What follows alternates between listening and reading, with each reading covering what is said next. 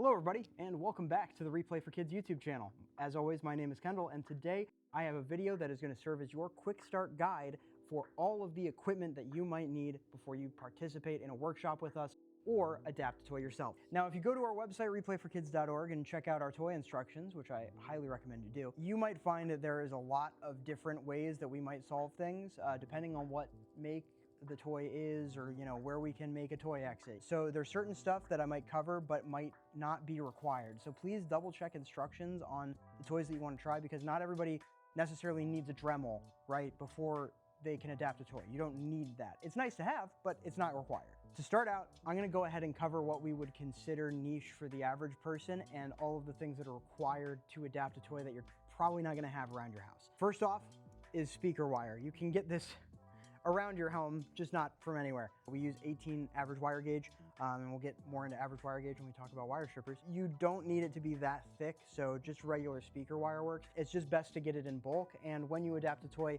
you generally need like 2 feet of it. I think that might be a little bit overkill, but it's nice to give kids a little bit of a run to their switch. And then probably the most niche of all is the female headphone jack. These are specifically female TS jacks, as in tip sleeve. There's a couple different types of these, so that's why I'm gonna link it below, the exact spec of it. These are obviously very required. As for our most complicated yet important item, that is gonna go to our soldering iron. You could get in the weeds of this for a while of like, what's best? What is the right soldering iron for me? XYZ.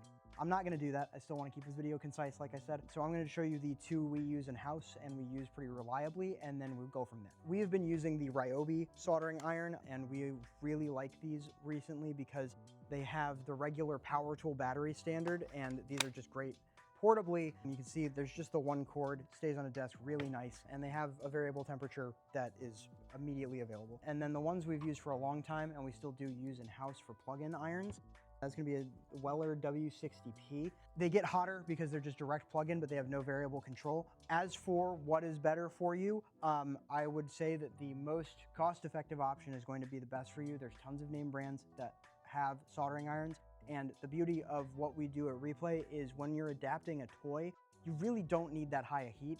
Like I said, these have a variable heat, and we still only go to about 500 because the most we're doing is going onto a circuit board, and that's where it's gonna get kind of hard to get that contact that's necessary. Or when we are adapting onto one of these jacks, getting all that metal to heat up, it can make it kind of difficult. That being said, I don't think you need to break the bank as far as like soldering irons are concerned. Usually an entry one is about $100, but people might not realize that a lot of your local libraries have STEM programs. They might have soldering irons there.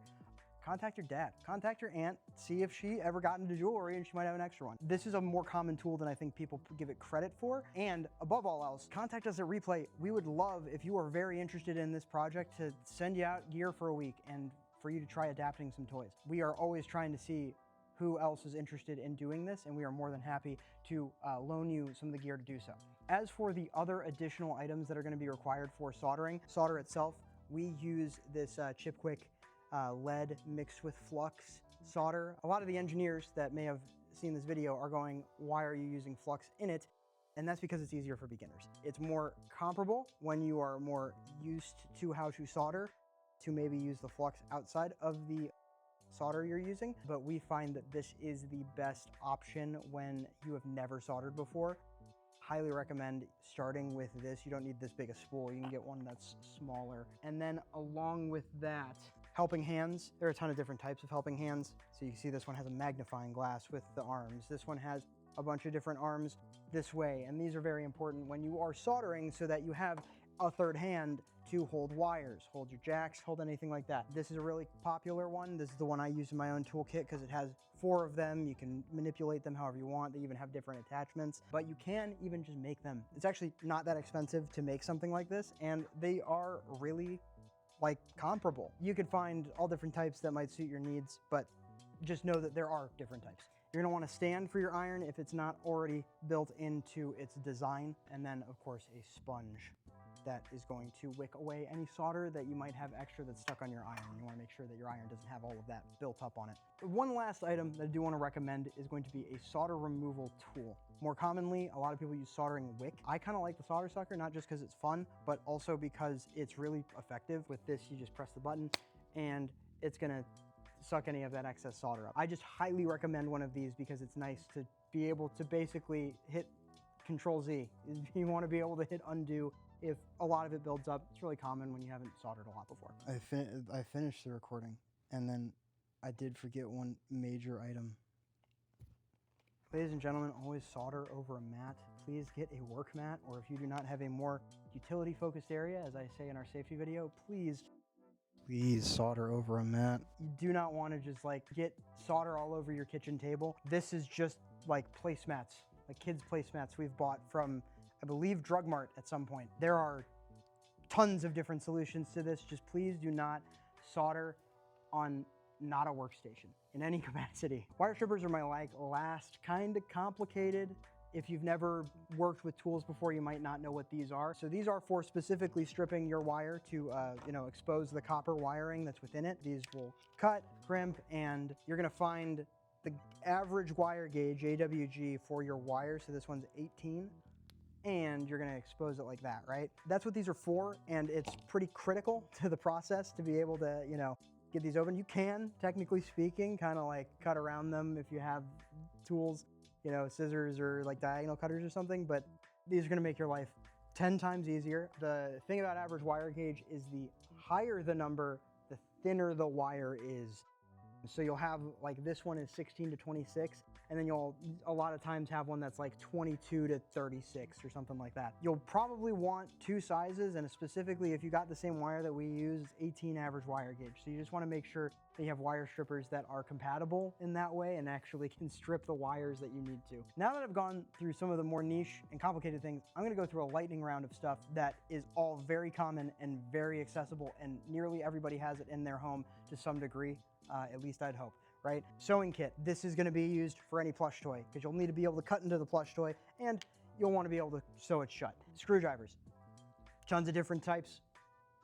You're going to find Phillips head screws in most toys. Occasionally, you might find a hex screw or something like that. Phillips heads and flat heads, there's a ton of different sizes depending on the toy. Fisher-Price toys have giant screws. Other toys have smaller ones, especially we deal with a lot of small toys. I highly recommend getting like a kit. A lot of people, that's what most people have, is like a nice little kit with a bunch of bits. We're not sponsored by any means. I personally use an iFixit kit. They're really useful. A ton of different heads in them. You can get a smaller size one with like 40 of them that has more than you'll ever need probably. And then you can get even bigger ones if you do a lot of tech repair or stuff like that. That's what they're really meant for. And there is an item that Kendall forgot yet again that was directly in front of his eyes the entire time. That is a screw plate.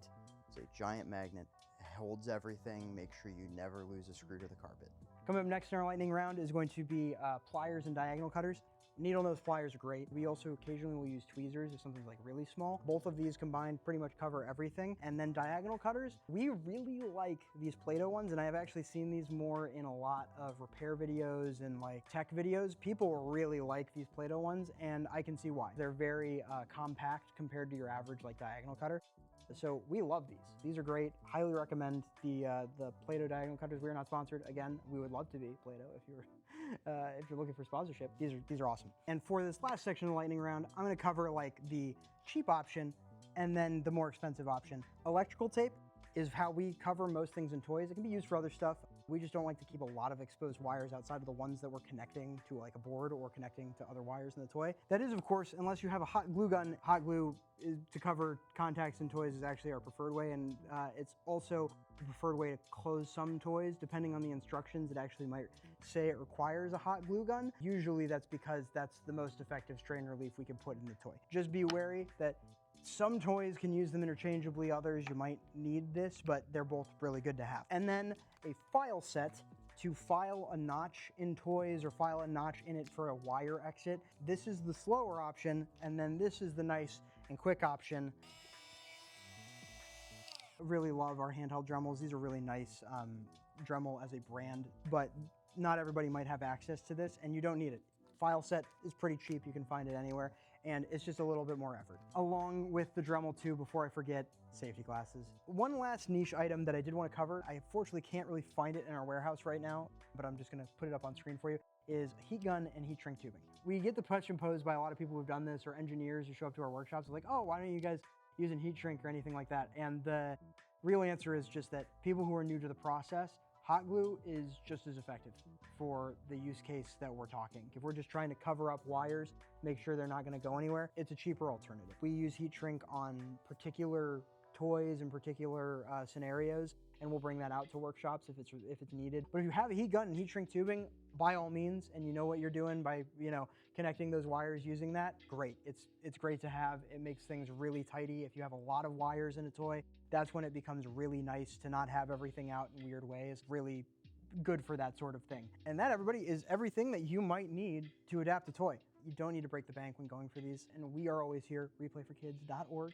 Check us out. There's more information on our website, and we would love to loan you this equipment. There's also probably something I missed. Please like, comment, subscribe. Tell me if you think I missed something, or if you think that there is a great alternative that we're missing. We'd love to hear from you. Comment down below, and I will see you in the next video, and I hope to see you adapting toys soon.